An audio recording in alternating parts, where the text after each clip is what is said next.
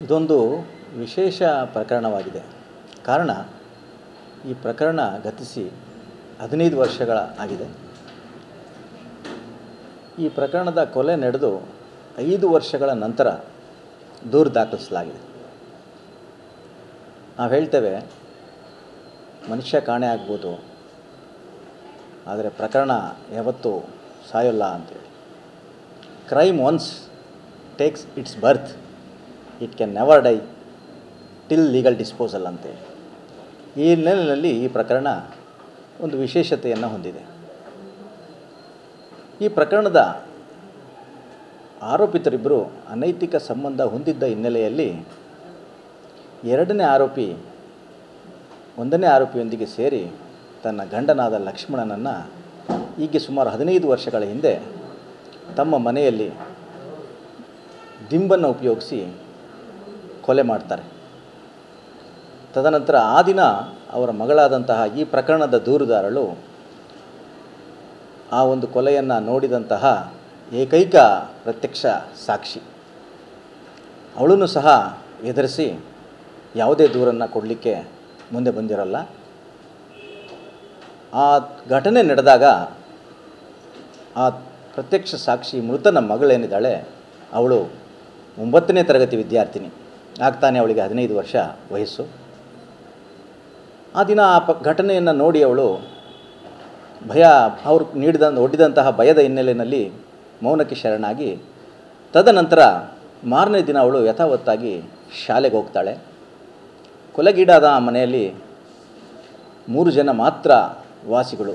ಒಂದು ಮೃತಪಟ್ಟಂತಹ ಕೊಲೆಗೀಡಾದಂತಹ ಲಕ್ಷ್ಮಣ, ಆಕೆ ಹೆಂಡತಿ ಎರಡನೇ ಆರೋಪಿ, ಹಾಗೂ ಈ ಪ್ರಕರಣದ ದೂರುದಾರಳಾದ ಉಷಾ ಮೃತನ ಮಗಳು. ಮಾರನೇ ದಿನ ಶಾಲೆ ಮುಗಿಸ್ಕೊಂಡು ಮನೆಗೆ ಬಂದ್ರೂ ಸಹ ಮೃತನ ಹೆಣ ಇನ್ನೂ ಅವ್ರ ಮನೆಯಲ್ಲೇ ಇರ್ತದೆ. ಕಾರಣ ಹೆಣವನ್ನು ನಾವು ಹೊರಗಡೆ ಸಾಗಿಸಿದ್ರೆ ನಾವು ಸಿಕ್ಕಾಕೊಳ್ತೇವೆ ಅಂತಕ್ಕಂಥ ಭಯದಿಂದ ಆರೋಪಿತರಿಬ್ಬರು ಆ ಹೆಣವನ್ನು ಪ್ಲ್ಯಾನ್ ಮಾಡಿ ಎರಡನೇ ಆರೋಪಿಯಾದಂತಹ ಗಂಗಮ್ಮನ ಮನೆಯ ದೇವರ ಕೋಣೆಯಲ್ಲೇ ಹೂತಾಕ್ತಾರೆ. ಮಾರನೇ ದಿನ ಹೆಣವನ್ನು ಅವರ ದೇವರ ಕೋಣೆಯಲ್ಲಿ ಹೂತು ಹಾಕುವಾಗ ಈ ಪ್ರಕರಣದ ಪ್ರತ್ಯಕ್ಷ ಸಾಕ್ಷಿಯಾದಂತಹ ಮೃತನ ಮಗಳು ಆ ಒಂದು ದೃಶ್ಯಾವಳಿಗಳನ್ನು ಸಹ ತನ್ನ ಕಣ್ಣಾರೆ ನೋಡ್ತಾಳೆ. ಆಗಲೂ ಸಹ ಆರೋಪಿತರಿಬ್ಬರು ಆ ಉಷಾ ಅನ್ನೋ ಆ ಪ್ರತ್ಯಕ್ಷ ಸಾಕ್ಷಿಗೆ ನೀನೇನಾದರೂ ಈ ಮಾಹಿತಿಯನ್ನು ಯಾರಿಗಾದರೂ ಹೇಳಿದ್ರೆ ನೀನು ಸಹ ನಿನ್ನ ತಂದೆಯ ಪಕ್ಕದಲ್ಲೇ ಮಣ್ಣಾಗಿ ಹೋಗ್ತೀಯಾ ಅಂತ ಹೇಳಿ ಎದುರಿಸಿದ ಹಿನ್ನೆಲೆಯಲ್ಲಿ ಆಕೆ ಯಾವುದೇ ದೂರನ್ನು ಕೊಡಲಿಕ್ಕಾಗಲಿ ಯಾವುದೇ ಮಾಹಿತಿಯನ್ನು ಇತರರೊಂದಿಗೆ ಹಂಚದೆ ಹಾಗೆ ಇರ್ತಾಳೆ. ಅವಳು ವಯಸ್ಕಳಾದ ಮೇಲೆ ಅವಳಿಗೆ ಸುಮಾರು 21 ವರ್ಷ ವಯಸ್ಸಾದ ನಂತರ ಈ ಕೊಲೆಯ ಘಟನೆ ನಡೆದ 5-6 ವರ್ಷಗಳ ನಂತರ ಆಕೆ ಒಂದು ದಿವಸ ಈ ಮಾಹಿತಿಯನ್ನು ಪೊಲೀಸರಿಗೆ ನೀಡ್ತಾಳೆ.